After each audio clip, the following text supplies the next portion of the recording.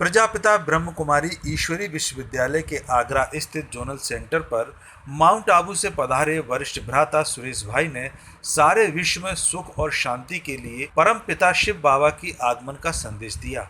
उन्होंने मीडिया से बात करते हुए कहा कि सारे विश्व में चारों ओर युद्ध के हालात हैं और परमाणु युद्ध का खतरा पूरे विश्व पर मंडरा रहा है। बड़ी क्रिटिकल पोजीशन में है।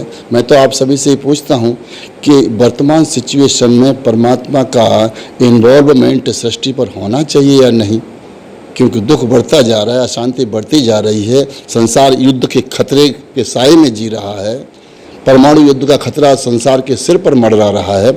ऐसी हालत में इस सृष्टि का जो मालिक है, जो पिता है, उसका इस सृष्टि पर पदार्पण होना चाहिए या नहीं है? तो ये सब संसार के लिए सोच का विषय है। तो इस पूरे लेकिन इस विश्व युद्ध में भारत की विजय होगी। केवल भारत खंड ही दुनिया में बचेगा, बाकी समूल नष्ट हो जाएंगे, क्योंकि ये परमाणु युद्ध बहुत बड़ा खतरा है संसार के ऊपर। और इसके साथ प्रकृति के प्रकोप होंगे। वर्षा इतनी होगी जो बाढ़ें आ जाएंगी और जो धरती कांपेगी, भूकंप आए, क्योंकि जब परमाणु युद्ध होगा तो भूकंप भी आएंगे।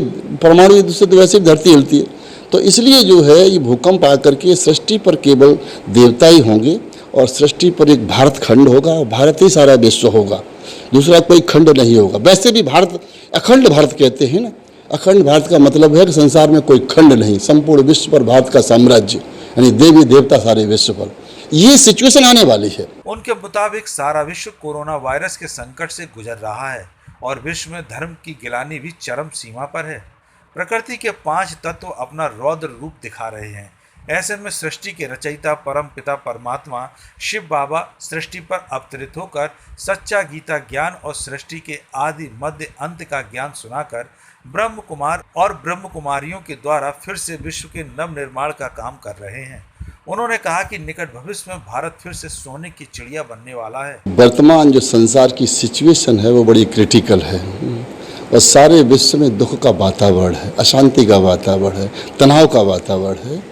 तो ऐसे समय पर एक सर्वोच्च सत्ता, जिसे हम भगवान, ईश्वर या गॉड के नाम से जानते हैं, तो वो ईश्वरी विश्वविद्यालय के माध्यम से उनका परिचय संसार को दिया जा रहा है।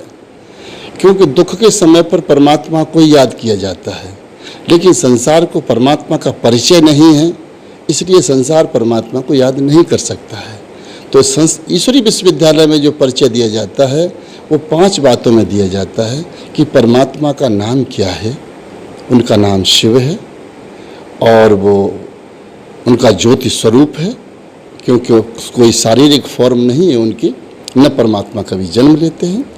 और वो गुणों के सागर हैं, जिन गुणों की हमें ज़रूरत है। शांति की ज़रूरत है तो शांति के सागर हैं, प्रेम की ज़रूरत है तो वो प्रेम के सागर हैं, आनंद की ज़रूरत है तो आनंद के सागर हैं, सुख की ज़रूरत है तो सुख के सागर हैं, ज्ञान की ज़रूरत है तो ज्ञान के सागर हैं। ये उनकी महिमा है, अपरंपार महिमा है। और चौथी बात है कि उनका जो है रहने का स्थान ब्रह्मलोक है, जिसे सूर्य चांद सितारों से पार, क्योंकि यहाँ तक हमारा विज्ञान नहीं पहुँचा है, ये विज्ञान से भी परे है। तो इसलिए ब्रह्म लोक को सभी सिर ऊपर उठाते हैं, वो गॉड कहते हैं। तो भगवान को जब भी याद करते हैं इशारा ऊपर की ओर जाता है, इसका मतलब है कि ऊपर कोई स्थान है। और 5वीं बात यह है कि परमात्मा का सृष्टि पर तब आना होता है जब संसार में अत्याचार, पापाचार, भ्रष्टाचार बढ़ जाता है, धर्म गिलानी बढ़ जाती है, तो वो आकर के फिर से इस सृष्टि पर देवी देवताओं का साम्राज्य खड़ा कर। इस मौके पर जोनल इंचार्ज ब्रह्म कुमारी राजयोगिनी शीला बहन ने सर्व आत्माओं से निवेदन करते हुए कहा कि परमपिता का परिचय पाकर परमात्मा से संबंध जोड़कर अपने जीवन को सुखमय और आनंदित बनाएं।